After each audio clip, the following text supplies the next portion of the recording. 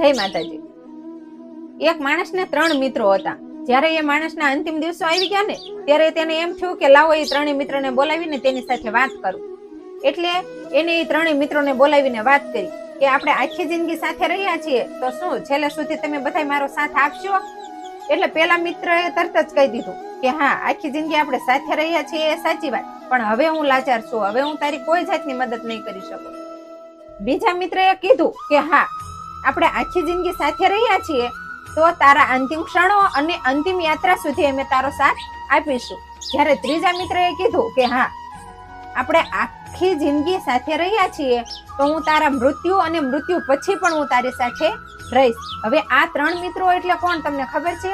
કે પેલો મિત્ર એટલે ધન, કે જ્યારે આપણો જન્મ થાય છે અને મૃત્યુ થાય ને ત્યાં સુધી ધન આપણો સાથ આપે છે. જ્યારે બીજો મિત્ર એટલે પરિવાર, કે જે આખી જિંદગી આપણો સાથ આપે છે અને છેલ્લે અંતિમ યાત્રા સુધી જ આપણો સાથ આપી શકે છે. જ્યારે ત્રીજો મિત્ર એટલે કર્મ, કર્મ આજીવન તો આપણી સાથે રહે જ છે પણ મૃત્યુ પછી પણ એ આપણો સાથ નિભાવે છે.